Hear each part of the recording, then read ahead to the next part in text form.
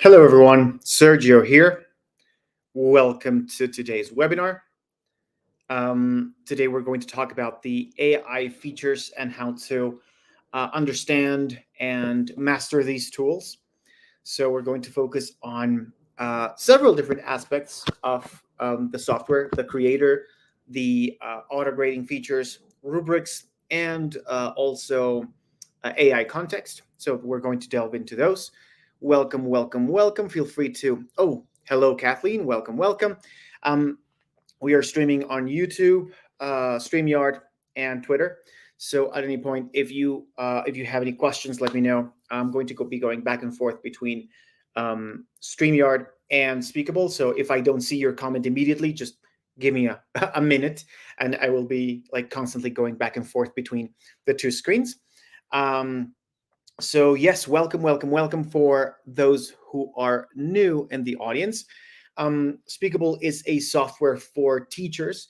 It's a series of tools that will help you prepare your lessons, grade your lessons, and in a way that makes that gives the students an extra space to practice freely without, let's say, the fear of other people listening in. If they are self-conscious or a bit shy, this is a good way to have them talk, and get that essential practice for language learning. Now, most of the users are language teachers, but this is not limited to language. We have teachers that are using Speakable for teaching history, sciences, finance, even some college level science topics. So yes, feel free to have any type in your questions if you have any questions, if you would like to try this out but you haven't seen the premium features. Remember, you can always start with the free subscription, and then if you have any questions about the teacher pro or organization levels, let me know. If you're a school, if you're interested in having an entire school use Speakable, then let us know. We can run a pilot in your school as well. So yeah, those are the possibilities we have. So yep, without further ado, let me get my screen in here so that we can start the webinar properly. Okay, so this is my home screen, and since we're going to talk about AI today, we're going to divide this in 3 parts. Number one, or the first AI that we're going to talk about, is going to be in the AI creator. The second part is going to be the no, you know what? The first part is going to be, no, I'm going to change it. The first part is going to be the AI grading, so auto grading. Number two is going to be the AI creator. And number three is going to be the Rubrics AI. I'm going to add a couple of extras in because there are, let's say we use AI processing or processes in a couple of our systems. So yeah, let's begin by creating an activity. Again, you have the possibility to start from scratch, create with AI, or import vocab list. Um, these two are AI assistants. This one is like I'm gonna say a very quick but limited assistant. This is the full-fledged assistant that will do everything for you. And the start from scratch is well, it's no AI, but we can hop back and like between one or the other at any point during the creation process. For the sake of understanding like grading first, I'm going to start from scratch, and I'm going to show you what the AI would do in each of the cards that we have. So let's begin with the simplest one. Well, no, actually, let's begin with a title. So, and it's going to be so Speakable. Oh my God, I can't type properly. Speakable AI webinar, right? And we're going to add the picture of a chameleon because the chameleon is our mascot. So let's add this one. Okay, cool. And let's begin with the content types or the student action types. So we have these three, which are respond, repeat, and multiple choice. And below we have media page, which is just a place to add media. I'm going to show you that in a second. Import vocab list is one of the assistants, and the create with AI is the full assistant. So each have a place. Well, let's begin with, let's say, the simplest one, which is the multiple choice one. Multiple choice is exactly what it says in the 10. So you only ask a question like, what is the biggest animal in the world? And you add the answers. So it's going to be elephant. Oh my God, I was going to write it in Spanish. Elephant, the blue whale, the humpback whale, and let's add another option for the humor, an ant, right?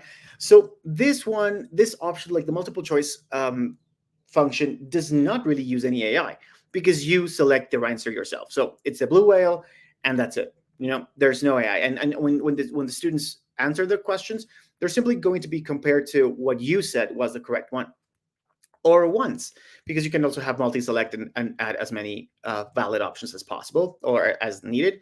In this case, only the blue whale, so that's good. Shuffle is if you want to just randomize the options around, if you want to minimize, let's say, cheating in the classroom, if you're using this in a classroom setting. All right, just for the sake of prettiness and context, I'm going to add an image here. Let's add the image of a blue whale. And blue whale materials. No, I want the animal. So I'm going to click on this one. Cool. Now we have, this is what the students would see. And select the correct answer. Okay, the humpback whale, that's wrong. The blue whale, that's correct, right? So, all right, there's no AI here. Let's go back and see where we do have some processing power. So repeat is one of the, I'm going to say, the earliest features at Speakable. Like Speakable started with the repeat card. And what it does is it will help your students learn new language by repetition. You know how the saying goes, repetition legitimizes, and this is true for languages. So let's write something. So again, the blue whale is the biggest animal in the world, right? So I added this sentence, and my students will be able to play it. The blue whale is the biggest animal in the world. If you didn't like that voice, you can always change it. So you can go here to settings, repeat settings, and I'm going to change it to Sally. Let's play it again. The blue whale is the biggest animal in the world. Okay, I like this one. And it says unverified. Don't worry about that, but we're going to talk about this in a second. So the way the AI processing power here comes is actually not through Speakable, but the repeat card works with your student's computer or device, iPad, whatever they're using. So what happens is they will be able to speak into the mic, and they will say the repeat whatever you have them repeat, and the computer is going to transcribe this for the student, and then that transcription is sent to Speakable, and that's what gets compared to this. So that means that it's going to be very quick, but there are some limitations that I'm going to talk about in a second. So you see that this says unverified. That means that no one has used this particular set of, or this particular combination of words, but it doesn't mean that it won't work. It will work. It's just that you like if you want, you can verify. I mean, it's ready to go. Like if you want to use this activity as is, you can. But if you want to, let's say, remove this unverified and make sure that everything will work, you can just check it yourself. So let's verify it. The blue whale is the biggest animal in the world. Success rate 100% because it took me only one attempt to say it. But this will be reduced as attempts go higher, right? So if I needed 2 attempts, then it's going to be 50% success rate. I'm going to talk about that in a second. So now it says verified, right? There's something important that you need to know when it comes to the repeats. Notice that I am using a full sentence, right? And that is on purpose.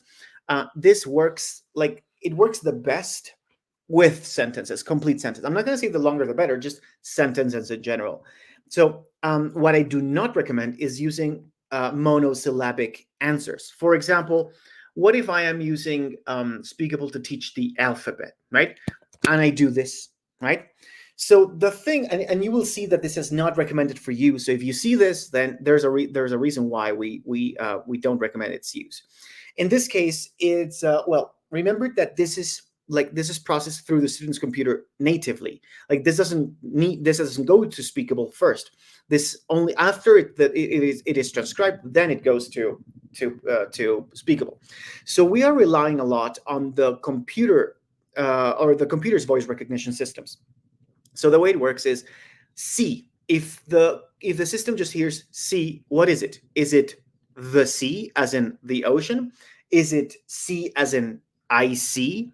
Is it sea, as in the letter? Right. So there are multiple ways. So homophones and heterophones are a problem. Another, like a heterophone, like this would be a good example. So is this read or is this read? Right? It could be both, right? So if your students say read and the system writes read with double E, then it's going to be labeled wrong. But because they have the same pronunciation, your student's computer is correct as well, right? So in order to remove this or to remove this potential problem, just make sure that there is context, right? So if you're going back to the C example, you can add context in one of two ways. You can say like, okay, C is for coconut, right? And now when the system hears C, is like, right, this C is the letter C, not the ocean or the verb to see. So this is one way to do it, right? That way, and you'll see that this alert has disappeared. It's not like, oh, not recommended for use. It's verified. Another way you can add context is by grouping them together. So A, B, C, D, right? Now, the presence of the other letters will make sense of the C. So with this, it will know, oh, it is not the ocean. It is not the verb, the to see. It is the letter, right? So this is unverified, but let's verify. A, B, C, D, E. Done. It works immediately, right? So if you see not recommended for use, then that's one of the, let's say, the limitations of running this through the computer of your student's device, right? It is the best way to do it because of the speed and because of the repeatability and everything. But homophones and heterophones can be problematic. So if you are teaching a language that has lots of heterophones, like say French, where multiple conjugations of one verb are pronounced the same but spelled differently, then if you're teaching conjugations like verb conjugations in French, make sure that you use the pronoun, je parle, and instead of just parle, because parle could be 4 different conjugations, right? So context is your friend in repeat cards. Right. Okay. But then this is what the AI is doing, right? Is transcribing the student's answer and comparing it to this. And that's it. Like it is a very simple process. That's why it's so fast, right? Context is king. And remember that the verified, if you see verified, that's cool. If you see unverified, that's also cool. But if you see not recommended for use, then the reason why is what I just told you. Like the heterophones or homophones, like if there's not enough context for the system to understand which one do you want. Do you want read or read, right? Or read the color, right? So there are many options in lots of languages, many homophones and heterophones, some languages more than others. Anyway, but that's a repeat card, right? And the repeat card is good for like showing your students new language, having them build some confidence and understand the sounds of a language, right? But there is no language production per se, right? It's just repetition. I am repeating what the teacher wants me to repeat. That simple. So let's hop on to the important one, the response cards. So the response cards are a card that will allow your students to openly answer a question. And it could be a question or a prompt. So a question could be like, how are you feeling today? Right?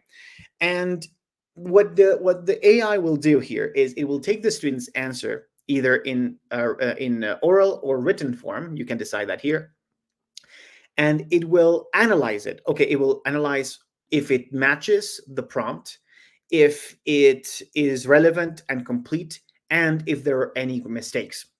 So let me show you what it does. If you haven't seen it, you can test it here, or you can test it with a preview button at any point. So I'm just going to do it here. It's one click faster. So I am good today, a little bit tired. What about you? Right? So I'm just going to save my answer, and this one will take a couple seconds because the AI needs to analyze my answer. And this is what it does. So, okay, your response is clear and effectively answers a prompt by expressing how you feel today. While it includes a small grammatical issue, I am good, what it could be I am well, right? Doing well. It does not detract from your overall meaning. Great job adding a question back to the teacher. It shows engagement. So as you can see, this is not a cookie cutter reply. This is not just any random feedback. This is feedback about my specific answer. So take a look at what it analyzed. So okay, this one is like, I am a little bit tired. Yes, I forgot to say I am. Important part of the sentence was missing there. And here shows engagement and politeness in conversation. So it finds something to improve and something to praise in the student's answer. So this is one of the things that the AI is programmed to do, right? The AI will always find like something to praise. And even if your student's answer is perfect, the suggested response will simply be like a perfected version of the student's answer. So in this case, it would be like, I am doing well today, though I feel a little bit tired. How are you? So this though, by the way, the students can click on it if they aren't familiar with that word. They can zoom in, let's say. And the suggested response is another type of, I guess, AI here, which will take the student's answer and perfect it. Yeah.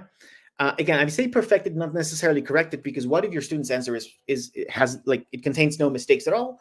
Then the response card will still provide them with one extra level. So for your overachievers, this is a fantastic tool. Anyway, let me show you but this is, I mean, even though there was a grammatical mistake, it was still a great job. So let me do the same thing, but I'm going to say something completely irrelevant. My favorite color is black.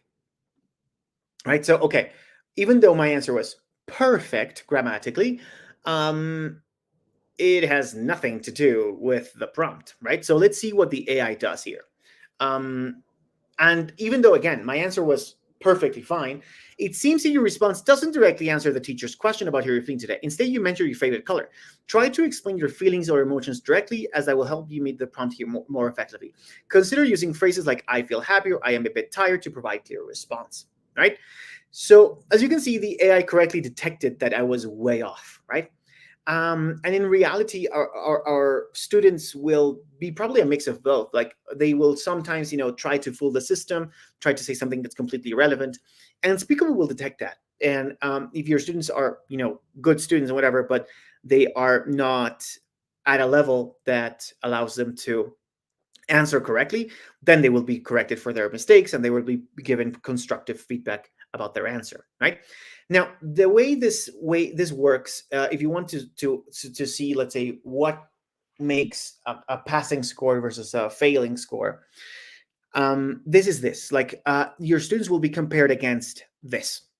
and you can define it. So the student response is clear and concise and answered the teacher's prompt. Grammar errors aren't sufficient to detract from the overall meaning of the response. So you can add stuff here. For example, what if you want your students to use a specific tense? Then you can add that as one of the criteria. So you can say the student's answer contains verbs in the past tense, right? So now you can define another thing. So even if your students say something that's correct, but there are no words that are in past, then because you set that as one of the parameters to compare the answer to, then it will not be a passing score, right? Because you specified that the answer needed to be in the past tense, right? So you can add whatever you want here, and if you consider that to be, an important aspect of what needs to be graded, then you can add it here. And this is the first part. I'm gonna say the first AI that we're going to focus on. This feedback. So the AI that gives feedback. So this is a very simple question, right? But what if I ask something more complicated, like what are the reasons why I don't know, Haiti hasn't been able to recover economically even after years of I don't know, support and subsidies, right? So okay, this is a fairly complex question now, right? And the reason why I wanted to have a complex question here is to show you that the more complex the question or prompt, the more difficult or elaborate the student's answer is expected to be.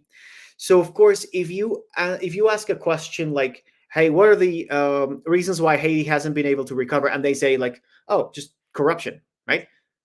Even though it correctly answers the prompt, it probably doesn't meet, these characteristics. Like it's clear, concise, answer the teacher's prompt. It's too shallow, right? So the longer or the deeper the question, the deeper the student's answer is expected to be. Let's try it out. The reason is corruption. Okay, so I tried to be as, lazy as possible to see if, even though, again, correct and relevant, it's still, well, take a look at this. Well, you identified the corruption as the reason for Haiti's economic struggles. Your response lacks detail and doesn't fully address the prompt. So this is one thing. Like, okay, let's say a phrase length like the one we used before was acceptable, but a phrase length like this one for this type of question will not be acceptable, right? It's a much more complex answer that needs a much more complex response. By the way, if you ask your students complex questions like this, remember to increase the time, right? You can, by default, it's 30 seconds. You can reduce it to 10 or increase it to 3 minutes, depending on what you want. So I'm just going to increase it to 3 minutes, and I'm going to try to do my best here to see if I can get the AI to understand a more complex sentence like this one. The reason why Haiti is still struggling economically is mostly due to corruption. Even though there has been a lot of money flowing into the country in the form of aid, food, and constructions to protect the island against hurricanes, any and all disasters have a tremendous impact on the economy of the country. Um, the corrupt politicians are mostly taking in the aid and using it for themselves, and this has been a systematic problem that even has led to the assassination attempts of many presidents in the past. Okay, so I don't know. I'll just try to answer to the best of my abilities. I am not an expert in the history of Haiti. I don't know why I was thinking of it, but I thought it was like a good example to show you what a more complex answer would do. So take a look at this. This one, okay, as opposed to the previous one, even though it was technically the same answer, this one does meet the standards expected from this type of prompt, right? More complex, and we can see, okay, your response clearly identifies corruption as a major reason for Haiti's ongoing economic struggles. You also provide relevant context about how the impact of aid and disasters, which aligns well with the prompt. The explanation is comprehensive and concise. While there are minor grammatical errors, they do not detract from the overall clarity of your message. Good job. And we can again see the corrections, see what what was considered particularly good. This well-constructed, complex sentence that clearly describes the situation. There you go. So this is the feedback that has been provided to me. And again, because it's a more complex question, the complex answer, even though there were some minor mistakes, was considered a good one, right? And I can go deeper, right? So this is the first AI I want to show you, right? But there are ways we can refine this refine this AI, or this auto grading AI. And the way to do it is through rubrics. So just for context, the simple auto grading, which is what we have been using, and the ability to edit this simple auto grading system is available for Teacher Pro users. But the rubrics is only available for organization level uh, schools, right? Because it's not only users but entire organizations. So the rubrics will allow us to not do like a black or white 1 or 0 binary grading system of pass and fail, but it will allow us to go deeper and, let's say, show more of a grayscale in different categories at the same time. So, for example, by default, this rubric is selected, but in order to understand or edit it, you can click on it and you will see what it contains, right? So the standard rubric is grammar, evaluates the grammatical accuracy of students' response. Okay, that's something we had before as well. Relevance, assesses the students respond appropriately and addresses the question asked. Completeness, evaluates if a student provided a complete sentence to the question. So it's the same thing we did before, but this time we are separating the aspects, right? So what if, for example, the student's answer is super relevant and complete? It was a long answer, but it was, it didn't have very good grammar. Then it will not get the total of 6 points, but it probably will get 5 or 4, right? In the case that the grammar mistakes are big enough for this to be, considered beginner grammar. But you can refine this, right? For example, right now we have 3 levels per criteria, but I can decide I want more. So I can manually do this. I'm going to label this one master, and it's going to be the student's answer contains no mistakes whatsoever. And now there's a total of 7 points, right? I can do the same thing for the other 2 fields here, and it correctly labels the fourth one based on what I did up here. Or I can remove them. I can remove an entire criteria, right? So for example, what if my students are not that great, right? I want my students to focus on fluency, and I want them to speak up, but maybe I know that the grammar AI is going to be too strict on them. So I can remove that. So if I want to focus on grammar, I can. But if I want to also, let's say, be very forgiving when it comes to grammar, I can simply remove this one, right? And now only relevance and completeness is going to be taken into account, right? So this is a way we can refine the grading a little bit more. And by the way, this is just using the default one. If we click on here on the book icon, we find the rubric library where there are lots of rubrics that we can use. The default one we used here, speakable prompt evaluation rubric. And this one has a total of 8 points because it has 4 criteria. AP exam email section, which is very useful for AP students. WIDA speaking rubric if you're teaching English and you want to use the WIDA level as your yardstick, to measure the student's answer. And those are the standard ones. Like, for example, I created another one that's for the CEFR, right? So if you want to use not the WIDA or ACTFL, but if you want to use the CEFR proficiency scale, then you can use this rubric here and get an idea of what the students are doing in that standard. But take a look at this. Comprehension of complex audiovisual media. This one I created. Beginner language assessment, vocabulary, word order, pronunciation. So you can create a rubric that is designed for lenient, for beginner learners. If you feel that the normal rubrics are too strict, you can do this. You can do whatever you want. Like, take a look at this. I have one about history, the Spanish conquest of the Americas. One about presentation delivery. So this one will help the students, practice a little bit when for delivering a presentation. It will evaluate fluency, clarity, and completeness. Of course, this one would be assigned for oral assignments. But there are other rubrics I have here that are specific for writing, yeah, short essays, right? So this one will evaluate content, structure, grammar, and mechanics. But I can add again, I can continue editing or whatever. So you can create a new rubric by using our second type of AI, which is this one. I'm going to create a new rubric, and this is the first AI interface that we see that where we directly tell the AI what we want. We did that before with a simple pass fail, but we can do it to a greater extent with the rubric AI.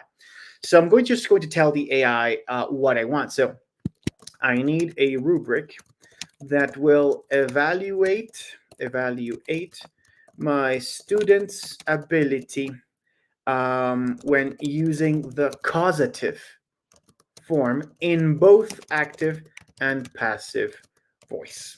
Right. So you can, if you're teaching a specific a module on a specific grammar, a specific structure, then you can add it like I did here. The AI will create like a draft of your rubric, but then you can refine it. For example, it gave me 2 fields: correct usage of active voice causative, correct usage of passive voice causative. But I can tell you know what, but you forgot general grammar. So please add another criteria for general grammar, and another one for fluency, right? So I can tell, you know what, 2 fields are not enough. I need 2 more, right? And the AI will create them for me. Although I can also do this manually and create the rubric, one by one, defining the grades one by one, if you so desire. But it's faster if you do it with the AI. So just tell the AI how you want to refine it. If you want another criteria, if you want multiple levels per criteria, you can also tell it that. If the system didn't include a specific criteria, then you can add it manually, whatever. So take a look at this. Now it added the 2 ones. I need it now for a total of 8 points. That's exactly what I wanted. Active voice, passive voice, general grammar, and fluency and coherence. So this is like the rubric. It is already saved. This is the name. Say causative form usage evaluation. You can change the name or the description at any point. You can change anything, like any text that you see. You can tweak.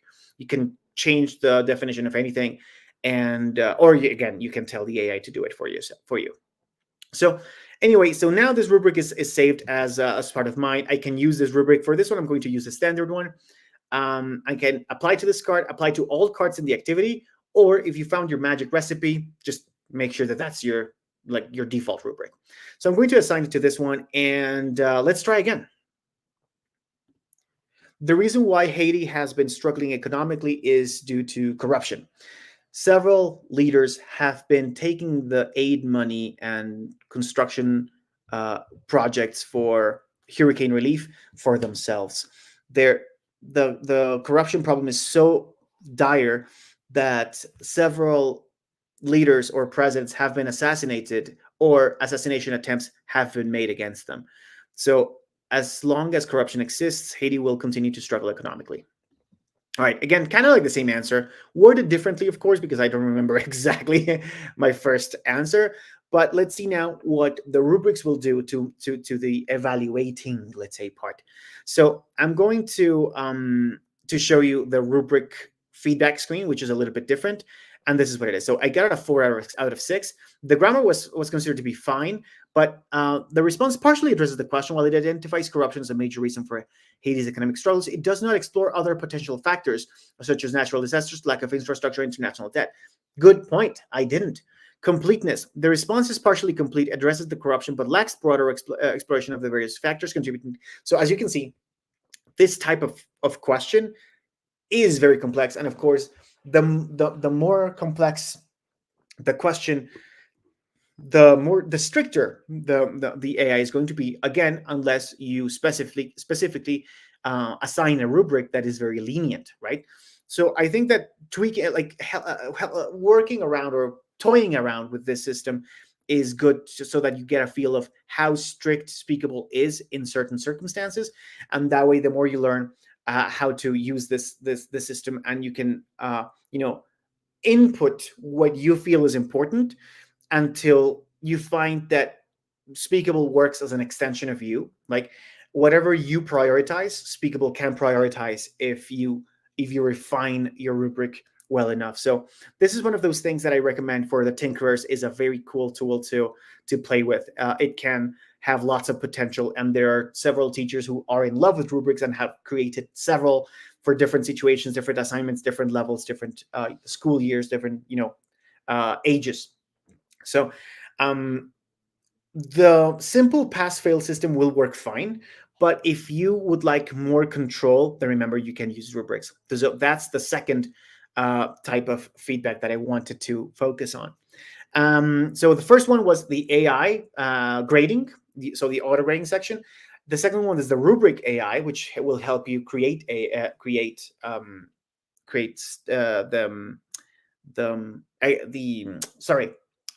the yardstick to measure the student's answer to. I'm going to show you another type of AI also within the response card. But this is going to include this thing that we did before with the whale. Well, we're going to add a picture. And this time we're going to add a picture of, I don't know, another whale. So orca whale. I'm not sure why I'm thinking of animals today. Anyway, so let's use this illustration of a whale, right? And I can ask a question like, describe the animal in the picture. But how does it know what is in the picture? Well, it doesn't right now, but when you click on AI context and then you click generate, it will read the image, and then your students will be and then Speakable will know what the image is about and use it with the prompt. So you're basically merging or marrying the prompt and the picture together. Let's see what it thinks. So the image features a depiction of an orca, also known as killer whale. The orca is characterized by its striking black and white coloration with a sleek hydrodynamic body, blah, blah, blah, blah. So it can go super deep if you want. So just describe the animal in the picture. So let's try it. But you know what? Just to test it, I'm going to be wrong to show you that it really knows what it is about. The image displays a whale. It is blue and red and is eating plankton right now. All right, so it is partially correct because I did mention a whale, but I was using the incorrect color, the incorrect action. And as you can see, okay, your description doesn't accurately align with the context provided. The animal in the picture is an orca, which is known for its black and white coloration, not blue and red, right? So it did listen to my answer, and it did. You know what? No, if your students are playing around and they decide not to answer the question, they will be called for it. It's like, oh yeah, this is not clearly what you said. And this AI context will work with images, with text, with audio, with video. So let's test it out. I'm going to create another one. And this time I'm going to add a video. Let's stick to whales. So blue whale. I'm going to look for a video about the new, let's see. I'm going to use, let's say this one. I'm not sure if this is going to work, and I'm going to show you why. So this is the Nat Geo Wild thing. So what is this video about?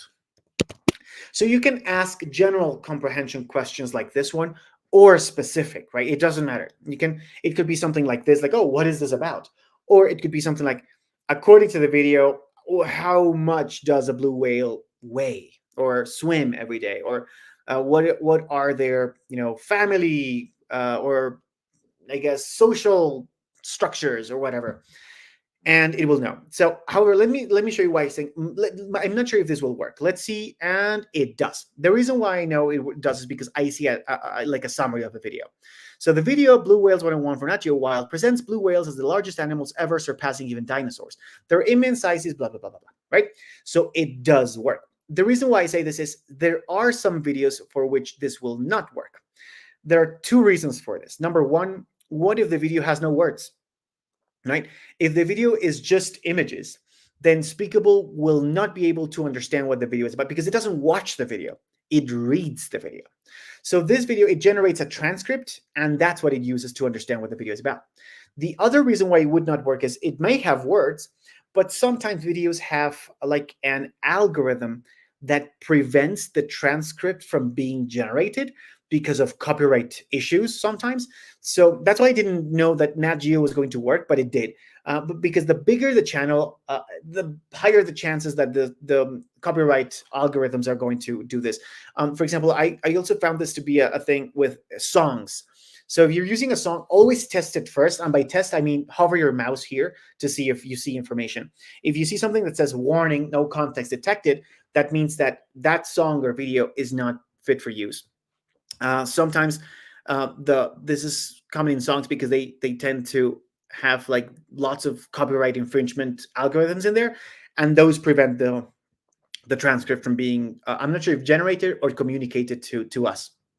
So if you want to use video, then test it here. But there you go. This is another type of AI we have, the AI that will understand the video here.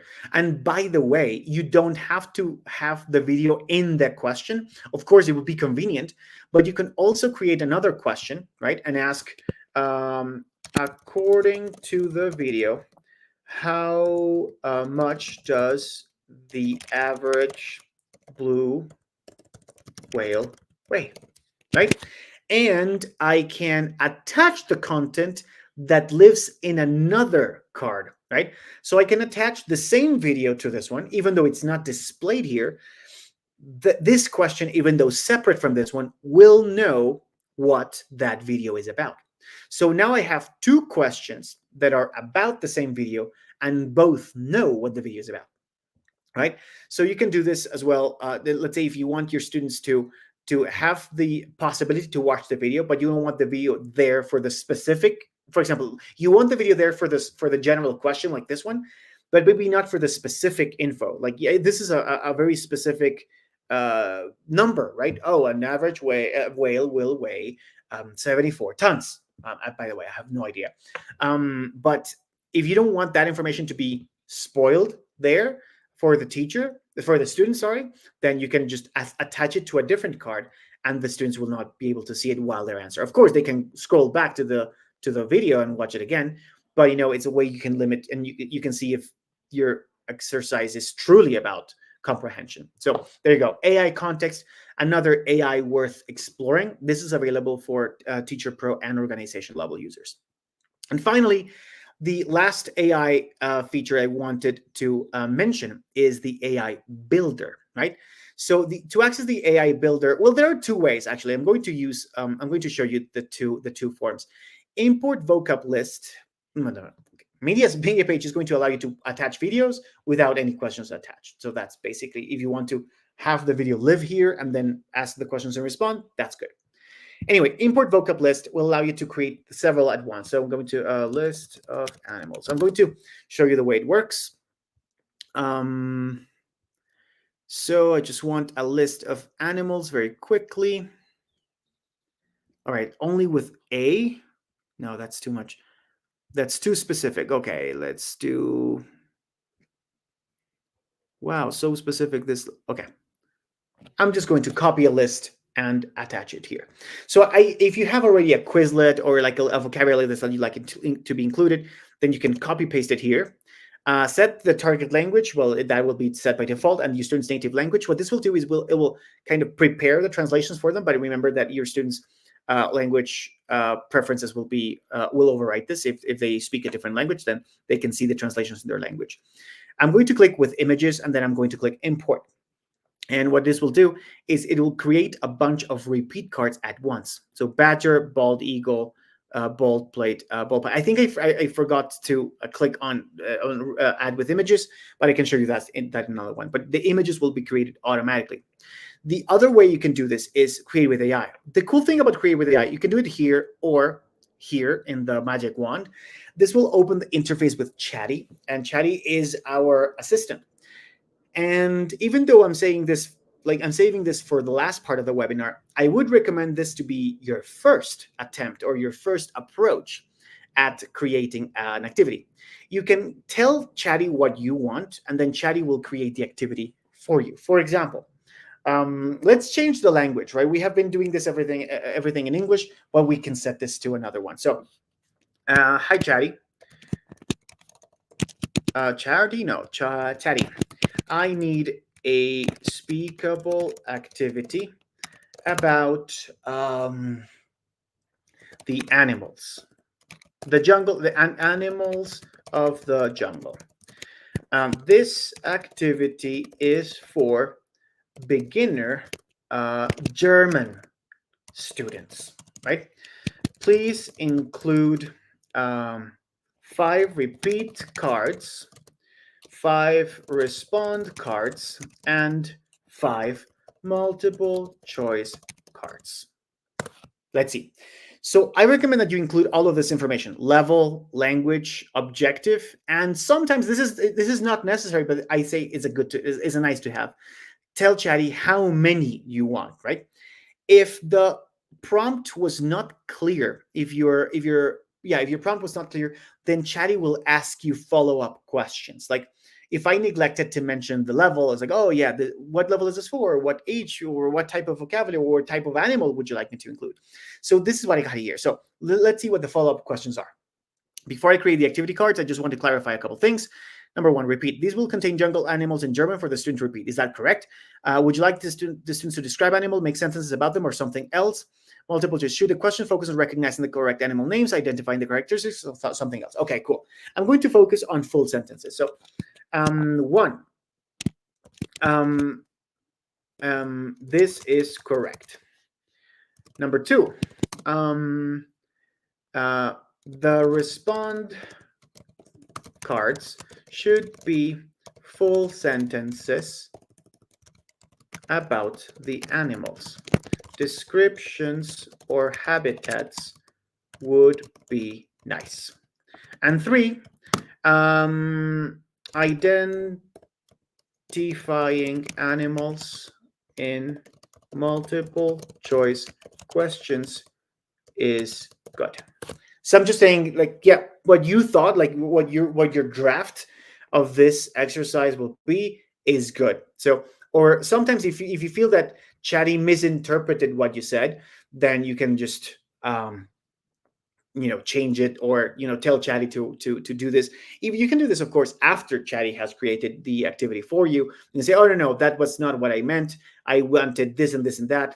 So this is the activity. So I can have the option of adding one by one, or add them all. Again, I'm going to click with images. I'm going to add them all.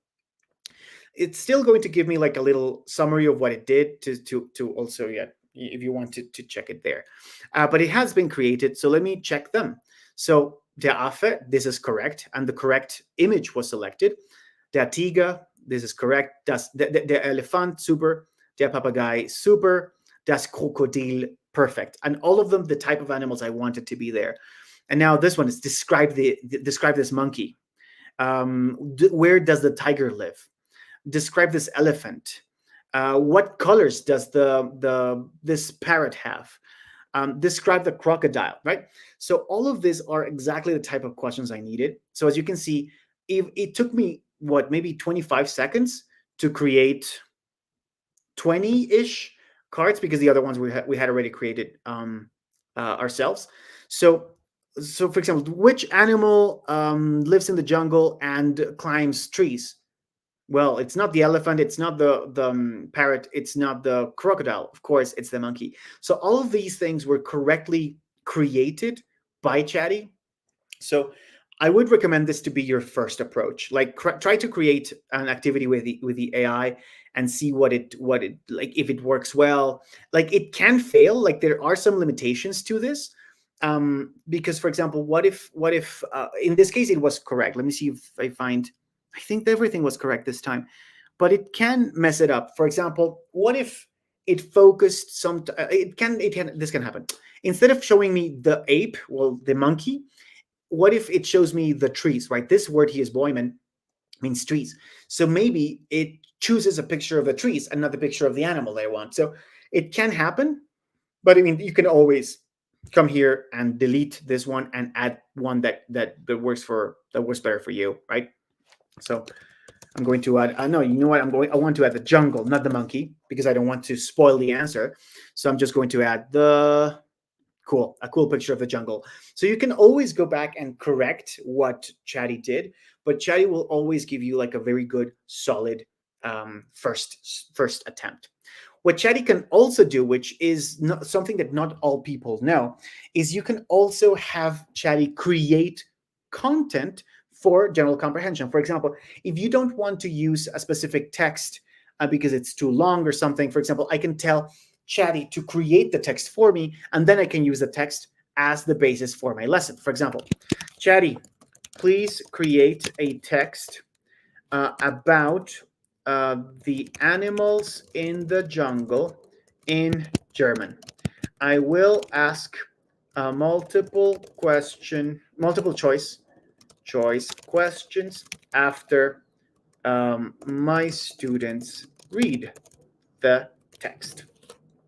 So I can also ask Chatty to create content for this, not only the activities, but for example, take a look at this. This is the text that it created, and it proposed already the multiple choice questions that it did. So there you go. You can do this as well, and you can copy and paste this text, right? And you can create a media page for it. Yeah, and then you can add the text as long as you want, and then you can keep adding questions about that text, right? So I can add AI context, attach other context, and I'm going to attach, oh, I don't have enough. Okay, you can add yeah, if you add more stuff, you can then have this question read the contents of this media page.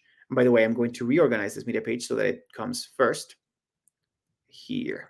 There you go. And it's going to be part of my lesson, right? So that's something you can do as well with Chatty, right? With our AI creator. Now, remember one last thing before I forget. There's one extra tiny, let's say, feedback tool that you can use, and that is in the classroom. So when you are ready to, when your students have been evaluated, right, and you see the assignment and you take a look at their answers, for example, I'm going to check what Santiago said in this one. And this is transcript not available. What he didn't answer. There you go. But this one, so you can see what the AI told Santiago in this case, and I can add comments myself here, right? But I can also tell Chatty to help me with this. So generate feedback. I can tell Chatty to create some specific feedback about this answer. So for example, use the correct past tense for the verb haber instead of habían. Oh yeah, I'm going to use this one. So I can use like Chatty to analyze this again and add and send my student more information or more feedback about it. If I want to add something special, I can add it myself. I can type it myself, or I can tell Chatty to help me out. What else can I tell this student? So as you can see, take a look. I didn't type this. The Chatty identified that this was one aspect that needed improvement in the student's answer, and that's what I chose. So even for personalized comments after the creation and submission of the assignment, you can still use AI to help you create specific comments for your students. So there you go. That's something you can do for like in this and the classroom and the assignment, so that you can give your students some extra personalized feedback. And yeah, this is what I wanted to talk to you about, the different kinds of feedback. So the auto grading feedback, the rubrics feedback, the AI creator, the AI context for images and video, and finally the AI to generate personalized feedback after everything is done. That last step I showed you, this is completely optional, right? You don't have to do this, but it's there if you need it. If you want the AI to help you with that last push to see if your students, to give your students very productive feedback, then it's there for you. So yes, this is what I wanted to focus in, like a more advanced, I guess, zoom into the AI tools that we have at Speakable. So yeah, let me know if you have any questions. I know we have several teachers live in the audience right now. So let me know if you have any questions. In the meantime, while you type those questions, remember that we're going to have more webinars next week. This week we will not have any more because I'm going to travel, so I'm not going to be able to commit to this schedule the following days. If you are in the Milwaukee area, see you there because we're going to be delivering some face-to-face training on Speakable and like a presentation on this. So yeah, if you're in Milwaukee, feel free to say hi. I'm going to be there. And yes, if you haven't used Speakable at an organizational level and you would like to see this, because of course there are more tools that can be used collectively, then remember to let me know if you want to try a pilot. There are several schools running pilots right now. So yes, we have a question. Let me put it here. I would like to know which YouTube to watch to find troubleshooting tips without you. Yes, no worries. We have. Let me find let me fetch the link for you. We have had a seminar, a webinar on well, I think we called it Speakable Tips and Tricks, which are some general, I guess, recommendations for smooth sailing. And we did it 2 weeks ago, and we are going to do it again next week.